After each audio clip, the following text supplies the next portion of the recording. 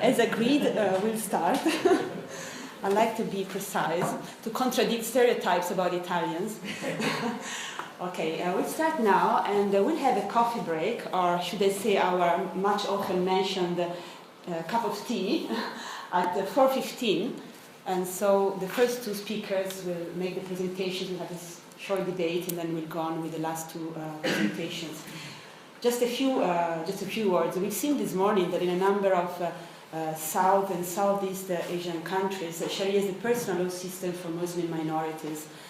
And although the regulation of internal diversity takes different shapes, as Professor Ferrari was mentioning in his speech. And it would be interesting to compare, for example, the case of India with that of, for example, Lebanon, which recognizes several religious communities that have their own courts and their own normative system, and which regulate their personal status with no or little government oversight, at least as far as I know. And then the case of Turkey, that I don't think was mentioned this morning, a majority Muslim country that has a formally secular country, and that has sort of ejected the Sharia from its law already in the 1920s. But as it happens with Europe, is often compelled or decides to take into consideration and even validate and recognize acts, religious or customary acts that are, let's say, not officially recognized by the legislation. Now we'll turn to Europe and Israel. And well, Europe, as you heard this morning, as you already know, is traversed by opposite trends. I mean, it's increasingly diversified due to immigration, and therefore it's increasingly traversed by trans-jurisdictional activities and the phenomenon of legal navigation. But at the same time, it's still mostly anchored to legal monism, and many states have an established church, which is recognized as special status, special, particularly in the financial field and in the schooling field. Europe is increasingly a secular country, and yet it's rediscovering, or many scholars would say, reinventing religions. And this again should make us wonder about the issue of religion, whether the concept itself of religion is not being reinvented under Western influence. Of course, it's difficult to talk about the West or even Europe, because Europe has many different societies, histories, legal systems, and policies, and this heterogeneity translates into different approaches to legal pluralism, different approaches which are reflected at the legal level in terms of adjudication, as Professor Ventura will explain to us. This morning we heard that the relation of religion and law has generated lively debates, which are quite renowned. How to reconcile religious freedoms with other rights, group rights, individual rights, how to reconcile in particular gender equality and religious freedom. And I think these debates increasingly raising a number of conceptual and terminological issues, pointing to the need to rethink the underpinnings of our legal system. And to this end, I think that a multidisciplinary approach would be very much needed. And this not only when it comes to personal status law, but also in the criminal field. For example, the concept of cultural defense, which is also used in Italy by judges, I've recently learned, have resulted also in Italy mitigated sentences. And in so doing, many would argue, judges, Italian judges themselves, have reflected a sort of anachronistic concept of culture as something static and irrational in a way, emotional and monolithic. So we should all maybe at the end of today or tomorrow, I think, debate also about these not strictly legal issues. But Britain is a particular case because I think it's the country where the emergence of an official fora and the prospect of validating or recognizing Islamic law has generated, stirred up most controversies, if I'm not mistaken. And most controversies and debates focus on Muslim minorities, and little has been said, for example, on Hindu minorities.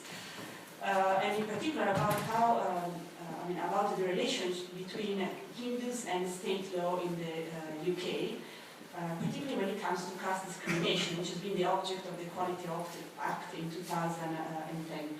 The first paper by Prakash will be exactly on this sort of unusual subject, but in this paper, from what I understand, some of these recurring themes will come out, such as the influence of Christian, in this case Protestant roots, in influencing the idea of law and the idea of religion and the idea of religious freedom, but he will explain in much more detail. Prakash is well known. He's a reader in culture and law at the University of London, where he directs the Center for Culture and Law. He has published extensively and lectured internationally. He is the founder, I believe, certainly he manages PLURALISM, which is a well-known list to which most of us subscribe, and which is a source of many interesting debates and information. He's taken part in RELIGER, which is a EU-funded project on religious diversity and secular models in Europe. So I'll give him the floor. Move there. Yes, sorry. If you don't mind, we sit.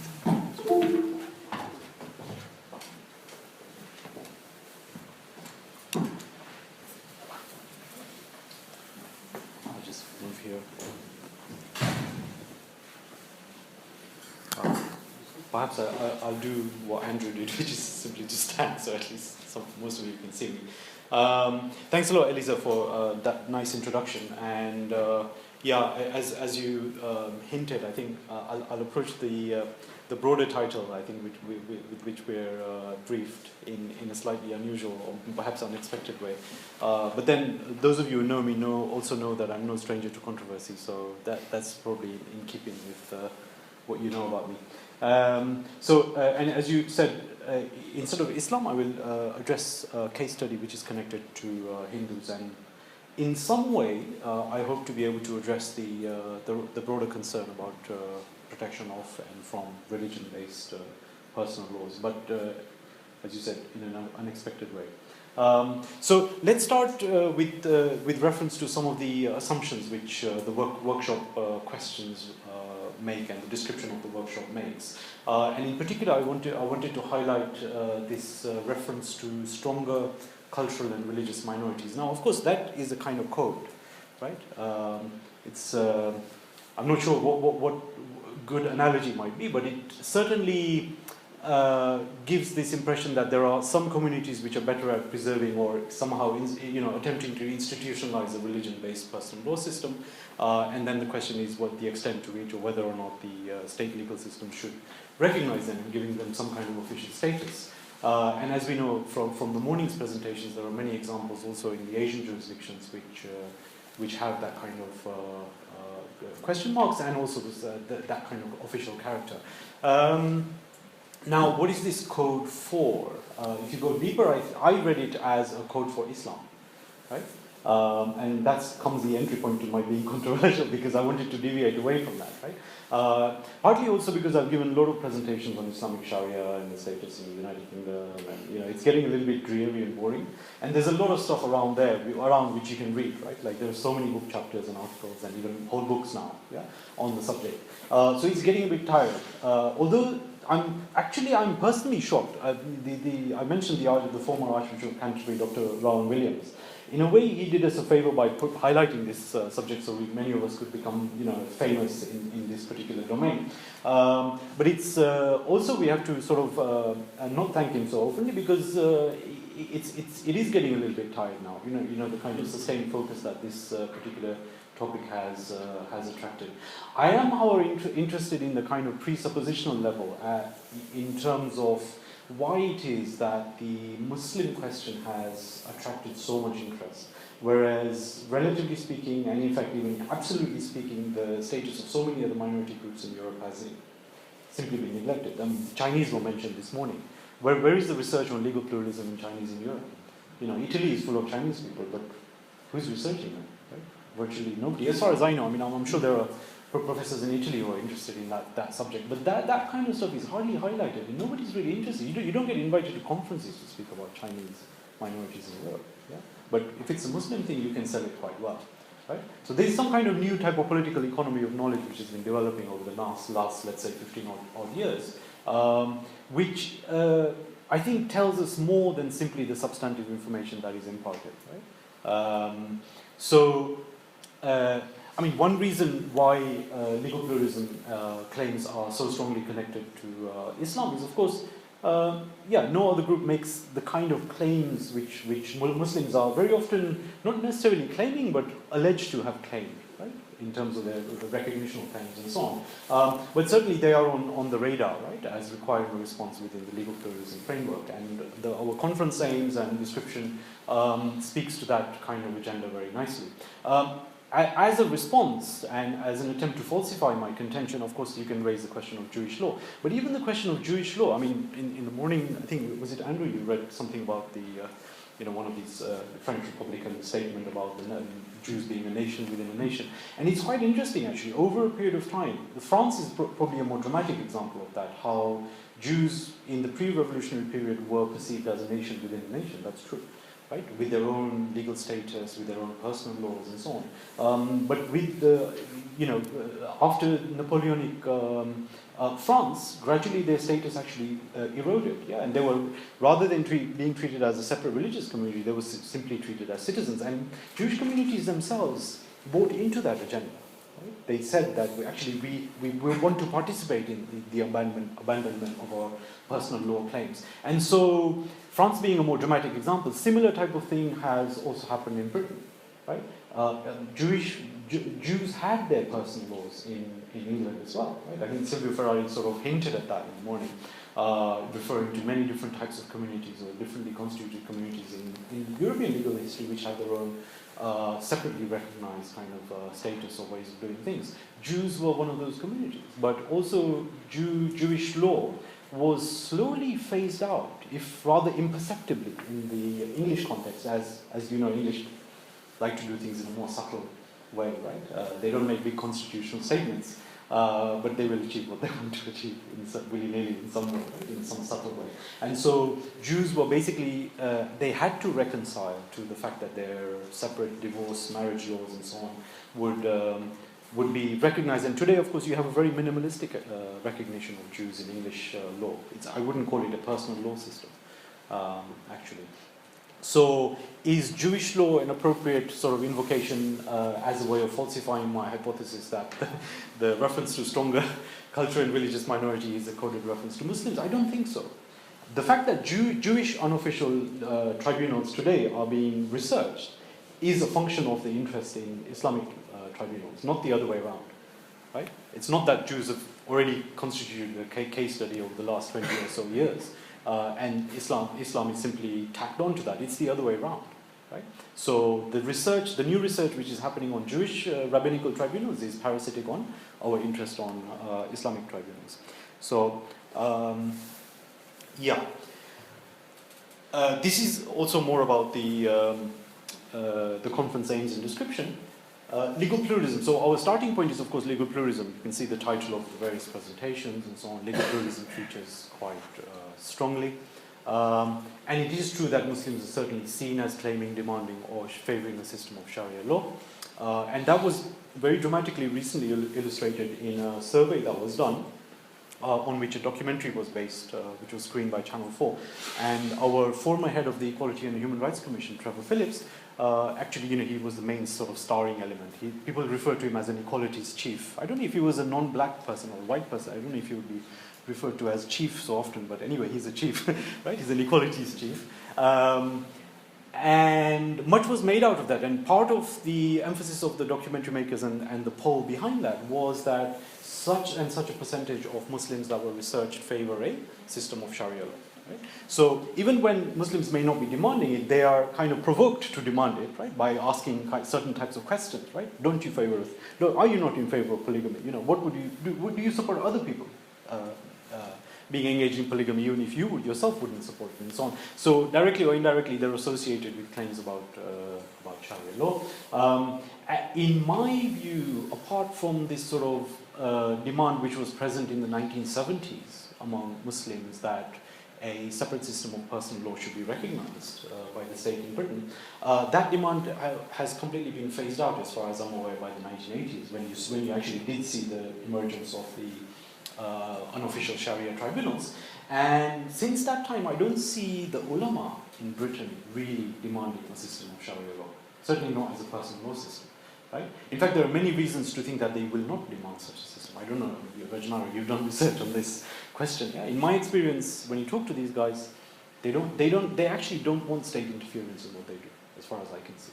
Right? So who is claiming this kind of thing? And who is asking the question whether or not the state should recognize the effects of such... so anyway, but those are sort of subsidiary questions which we can have an interesting discussion about later on. Of course, there is something, yeah, it's not as if such arguments and claims come out of nothing, right? There is this consciousness that being a religion of law, yeah, Islam is self-consciously identified by Muslims themselves as being a religion of law. In interaction with liberalism, such questions always tend to come to the fore, right? Because in a sense, Islamic legality can be seen as an antithesis to liberal legality, right? In ways that you will not see Muslims themselves claiming, but it's projected or framed in that particular way as an antithesis to liberalism. And Muslims are in a sense seen as a kind of prototypical example today of that way of organizing one's legal universe. Legal pluralism is raised as a framework that helps to respond to such a phenomenon, yeah, to the extent that there's a kind of reality about that phenomenon, or even if it's not real, if it's simply a projection. Legal pluralism is seen as a kind of appropriate aim, and at least a way of conceptualizing the problem, and possibly as something which is offering, right, a solution to the situation of communities such as Muslims. Now, on the other hand, if you look at the writings on Hindus, who also constitute, let's say, a quite significant minority population on the British scene, and increasingly in different European countries as well, there is some writing on, Vernon Menzies, of course, has done writing on UK Hindus and legal pluralism, right? But at the same time, you don't really see claims or demands, yeah, in the way that Muslims are making about recognition of Sharia law and so on. You don't have this kind of palpable visibility of dispute resolution fora in the way that Muslims have created, or even Jews have, right? In fact, Jews have continued for hundreds of years in the British context. So it seems like a community like Hindus are presenting quite a different type of socio-legal reality compared to Muslims. Oh yeah, we heard about the Hindutva and so on. I can't see Francesco right now, right? You're here somewhere? Yeah, hi. Yeah, you're talking about Hindutva and so on. But look, even in the Indian context, yeah, the Uniform Civil Code is, of course, invoked. It's in the manifesto of the BJP ruling government at the moment and so on. But it's not advertised. You have read Hindu law into it, right? You say it's some kind of going to be some Hindu-dominated legal code and so on. Actually, we have no evidence of that because there is no draft, right? Point me to a draft of a Uniform Civil Code with all these Hindutva elements. How are they going to achieve that kind of thing? It's impossible, I think, right? Actually, even if it were conceivable, I don't think really it's possible to do that kind of thing with Hindu law, right? It doesn't lend itself to a code-like system at all, in my view, right? And so, good luck to them if that's what they think they're doing. I don't think I think that's a misrepresentation of the Hindutva project, but that's we can talk about that later on. So even the so-called Hindu nationalist BJP government is not claiming a kind of supremacy of its personal law that would, override all other personal laws and dominate, Muslims and Christians and so on, other minorities in India.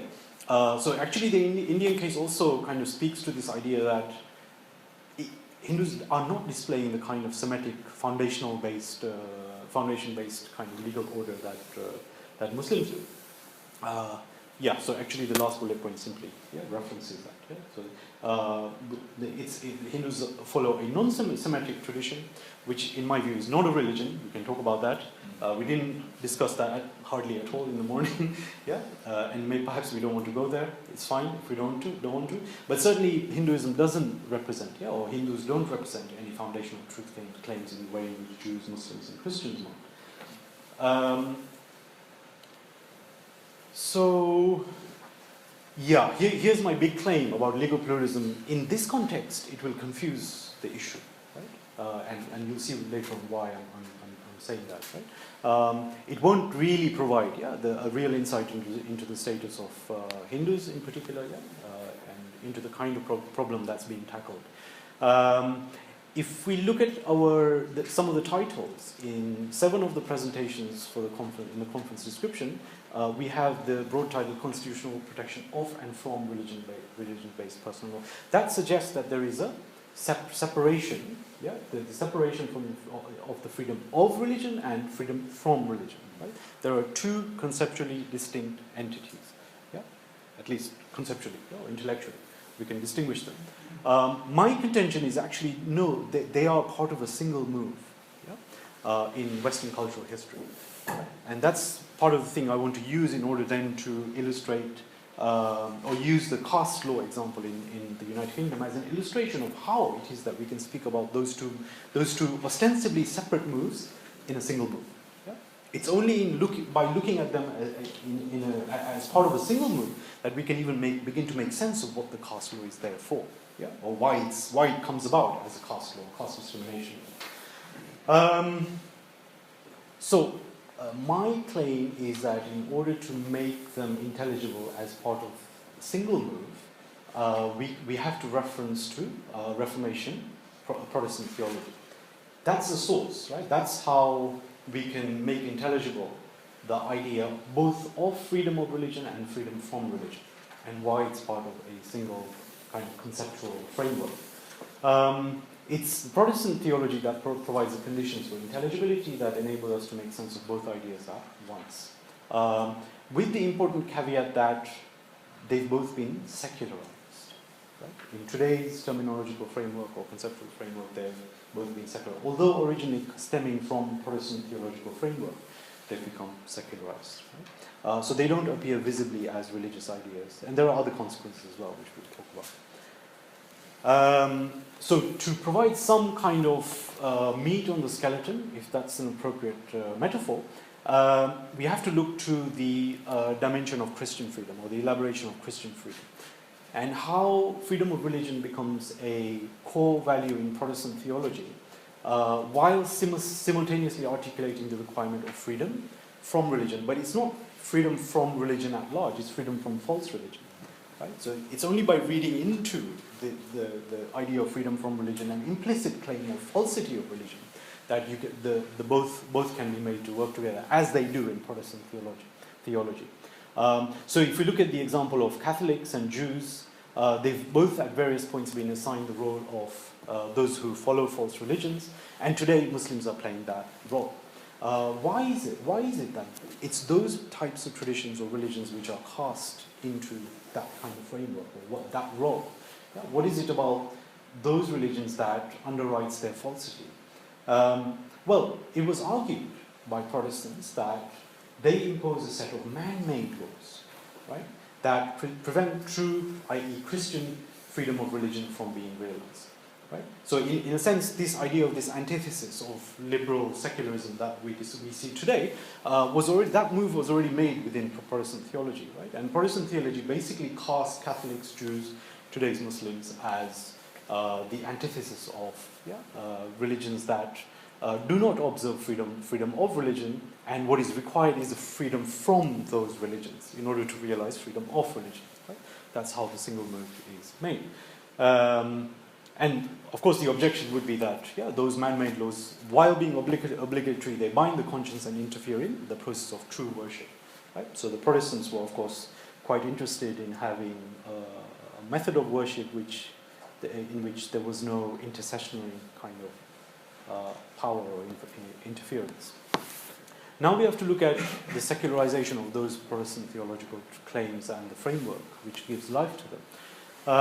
So the idea is secularized by reconfiguring these Protestant theological tropes, and I'm using Jacob Deruva's new book on India, on secularism in Europe and India, and he's the one who sort of elaborates, if you like, a particular theorization of secularization and how it functions. So this would be, it's quite a different thing from the way in which people like Jose Casanova or Charles Taylor describe the process of secularization. He has his own particular theoretical take on how secularization occurs.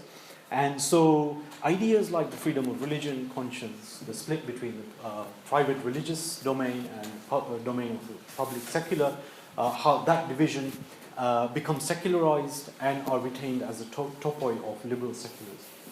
Right? So today, if you look at liberal theorists like, for example, Isaiah Berlin, he talks quite extensively about freedom from as well. Right? So in that kind of theoretical framework, you see that there is a kind of secularization of claims which are originally stemming from Protestant theology. Also, I mean, I want to put the idea quite strongly. Secularization does not merely involve a kind of copycatting of tropes, yeah, and topoi which derive from Protestant theology. It's more than that. It's not simply a question of origins of ideas. Right? It's not, neither is it a claim about mere influence of different ideas. Right? There is a relationship of dependency between the secularized ideas such as freedom of religion and conscience that we use today and the original ideas of Christian freedom as elaborated by Protestants. Right? So it's quite important to sort of underline that relationship of dependency.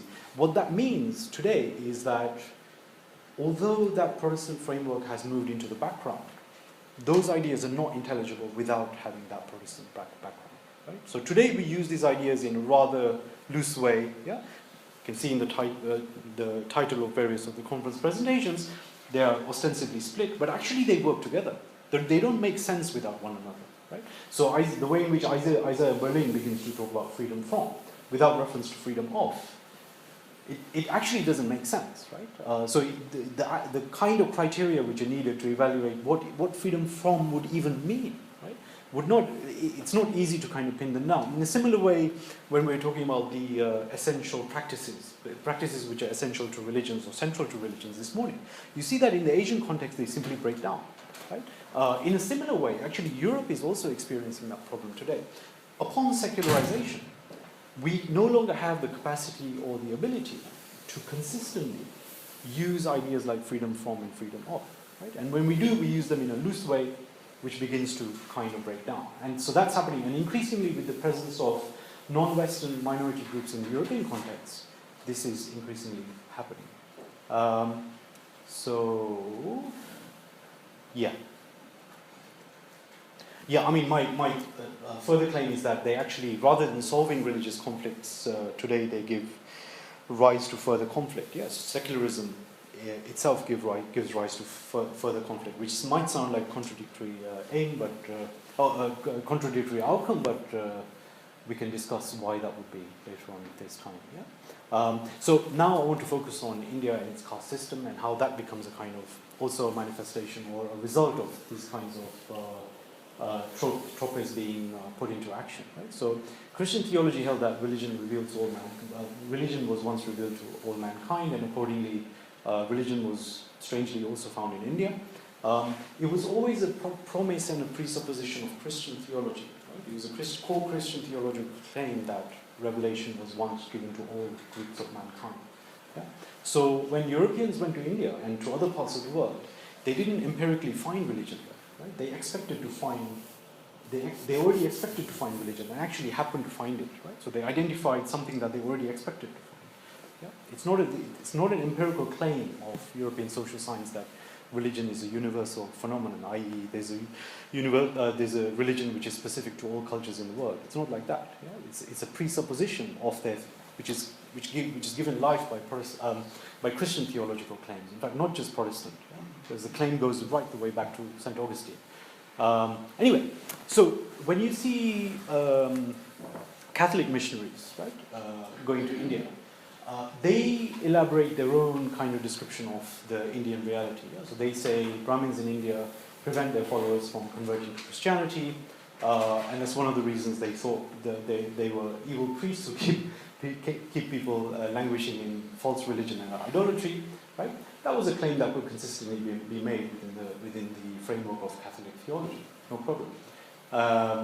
Protestants came along and added their own insights into this kind of framework that Catholics have originally elaborated. Right? What they say is that, yes, we will accept that the Brahmins are the priests of the Indian religion. Right? That religion is Hinduism, and it also gives rise to a social system of caste, right? Which is legally sanctioned by those priests. Right? It's not only sanctioned, it's actually kind of enforced, right? They supervise this oppressive system of hierarchical order. And because it's religiously sanctioned, yeah, it is imbued with a kind of within a moral framework, and since that moral framework derives from a false religion, of course it has to be, by definition, immoral from our perspective. And so begins the story of the caste system, right, in India. It's actually an outcome, 100% an outcome of Protestant theological reflections about Indian culture and society. And there are some subsidiary claims like the Aryan invasion theory and so on, right? We can go into that later on if there's time during discussion. But the important point to note is that it's a system of social hierarchy which obliges Indians to act immorally, right? Because it's framed within a religion, right? And a false religion at that. It obliges Indians to act immorally and in a systematic way. They're continuously compelled to act immorally because of this kind of system, this religious system. Now, further claim is that there's a kind of secular theorizing of the caste system, right? So the Protestant accounts are basically secularized. They enter Orientalist account, and eventually they give rise to the social science accounts about India and its caste system that we know today. Right? And they all presuppose as factual the earlier descriptions of the caste system that the Protestant missionaries were elaborating. So we fast forward to caste law in Britain today, and it's been claimed over the last few years that caste system, immoral, which is of course by definition immoral, has been transplanted to the Indian diaspora in the UK. And the British Parliament in 2010, in the Equality Act of 2010, enacted a law on caste discrimination. So what it did was to add a clause to the Equality Act, which initially the clause was meant to give a power to a particular minister to make caste an aspect of race for the purposes of the Equality Act. Right? So you'll become a part and parcel of the definition of racial discrimination or the ground of racial discrimination. In 2013, that power was made mandatory. So basically, the wording shifted from the minister may to the minister must. Yeah? Made it obligatory. So now we're in this kind of weird position where the caste law has not been effected. Right? There's no statutory instrument to give life to it, yeah, to implement it. But at the same time, the law does oblige the government to implement it. The Equality Act does oblige the minister to implement that provision, right? So we're in this kind of status of limbo. And part of the reason it hasn't been enacted is because I, together with a group of Indian organizations, have been, for the last about 3 years, opposing it. So I'm rather politically incorrect, right? Because most right-thinking people would, of course, be in favor of a law against caste discrimination. But only if you go by the trajectory of the kind of genealogy of caste and the system of caste that I described. Because everything that we know about the caste system actually presupposes that background. Right? Without that, it doesn't really make sense. So how do we make sense of it in light of our claims about freedom of religion?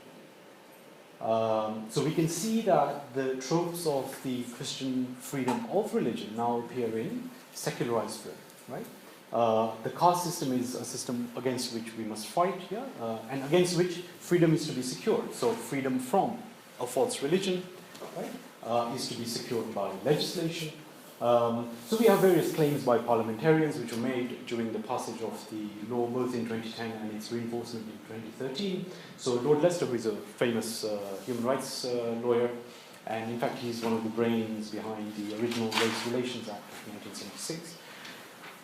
He says that, not a problem. Yeah, research is not required. Yeah, we already know that there is a system of caste discrimination. Yeah? Why do we need research to establish that such a system has now been transplanted to the UK, the Indian diaspora? One of the opposition MPs at the time, I think now, yeah, she was in 2013. She was an opposition spokesperson for equalities, Kate Green. She says a single case of caste discrimination would be enough to act. Right? Now, if you look at the provision on religion, which was brought about by pressure from various Muslim organizations, right? Muslims could not just say, we have a single case of discrimination, you must put religion in the Equalities Act. They had to sponsor study after study. Yeah? There were various official studies as well to make sure that whatever foundation was there for claims about discrimination on grounds of religion, particularly against Muslims, was solid enough. But here you see a minister, right? So it's actually the way in which this legislation is passed, this provision in the legislation is passed, is quite exceptional for equality law, right? That people either say there's no research, it's obvious, even a single case would be enough to, for us to enact. So certain is that our knowledge about the Indian traditions, and the caste system, that it's become part of the common sense of European culture about Indian culture. Right? That Indians do systematically, after all, discriminate on grounds of caste. We know that. We don't need research. So that's a kind of thinking that goes behind the legislation. Now, also, if you look at the Dalits, I don't know. Some of you will be aware. We have some India experts among us. Those of you who are not India experts, you'll be aware that Dalit is a kind of political term or category, which is in terms of the Indian legislation, is often translated as equating to scheduled castes or scheduled tribes, which was basically groups of people, groups of jatis which are listed in the Indian legislation, the quota legislation or reservations legislation in India. So that terminology is now also infiltrating. That terminology about caste politics is infiltrating from India into the UK. So our various parliamentary figures cite figures of Dalits up to 500,000 by Lord Harris, who is an Anglican, former Anglican Bishop of Oxford. By Jeremy Corbyn, who is the leader of the opposition party in the UK today, who also was in the all-parliamentary group on Dalits. He was the chair. He cited in 2014 a figure of 1 million, right? So we have also this sort of inflation going on in terms of the numbers of people we think are ostensibly being affected by caste discrimination. And the parliamentarians, of course, always presuppose that it's the low castes who are, so-called low castes, who are the targets of discrimination. So when Dalit activists make statements about, how the evil Brahmins and so on, which are quite consistent with the Protestant theological reflections about Indian culture and society, they are never taken to task. Nobody says you are making a statement which is discriminatory against Brahmins and so on, right? Because if you look at the framework of the race relations, a white person can equally sue a black person and vice versa. Right? There's no bar on. The Race Relations Act doesn't say only white people discriminate against black people. The reverse could equally be the case, and there will be cases by white people brought against white people. Right? So Scots can sue English, or English can sue Scots, and so on. That's actually happened. There are reported cases about that. But in this case, you see how the legislation also imports a presupposition about who is doing the discriminating, which is completely dependent on the earlier history of Protestantism, which we've talked about. One of the MPs who I have evidence of in the form of an email, about 3 years ago, wrote to a kind of whole, as part of a whole email chain. He was I don't know if he's still an MP, John Ashworth, maybe he is, right, of Leicester, in one of the Leicester constituencies. And he says, I've never seen any evidence of caste discrimination in Leicester. Now, why is that significant? Because actually Leicester has something like 6 times, compared to the national average of the South Asian population in the UK, Leicester has about 6 times that population concentration. And he says, I've never seen evidence of caste discrimination in Leicester. So, what do you make out of these claims? It'd be interesting. What is the caste? What is caste or the caste system? There's a kind of lack of clarity about that. So you have various accounts. Some people say we want to target caste. Some people say we want to target the caste system. Some people say we want to target caste discrimination. What is caste? I'll challenge anybody here to come up with a kind of coherent, theoretically defensible definition of what caste is. That's a challenge. That's an open challenge, and I also bet that you can't do it. Now, I've got various points here about, so various conceptual categories from Indian culture and traditions are brought in, to sort of equate to the idea of caste, which has always happened. Ever since the Portuguese first said the Indians have casta or castas or whatever, right? The various kind of forms of social organization have been equated to to the claim that there is caste in Indian culture. One of the academics who is my opponent, if you like, in the debate on whether or not we should have legislation on this, says that caste is a unique feature of Hindu religion, which of course goes back again to the Protestant accounts. But then the Equality and Human Rights Commission, they did a study in 2014 with academics who actually already declared declared themselves in favor of the legislation. So, it was that group which got commissioned to do the report, and they say there's a danger in adopting too precise a definition, or too broad a legal definition of caste, right? So either it should be narrower than contended for, or wider than contended for. We have no real conceptual clarity of what caste should be. Yeah, I mean that's how I see the quote. That's how I use it. Yeah, in my arguments. And of course, David King, who again features as one of my opponents, who says, well, actually, we don't know what caste is. I'll just leave you with these quotes. Yeah, these are both, let's say, MPs of Indian origin, right, who made statements in Parliament, right.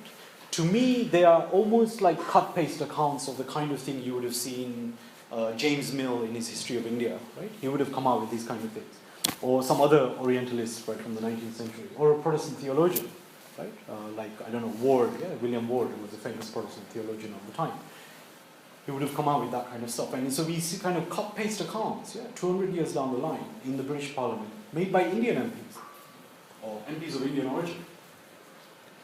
Just leave you a moment to read those. Finito. Oh, like okay. That? Okay. Grazie mille. Thank you.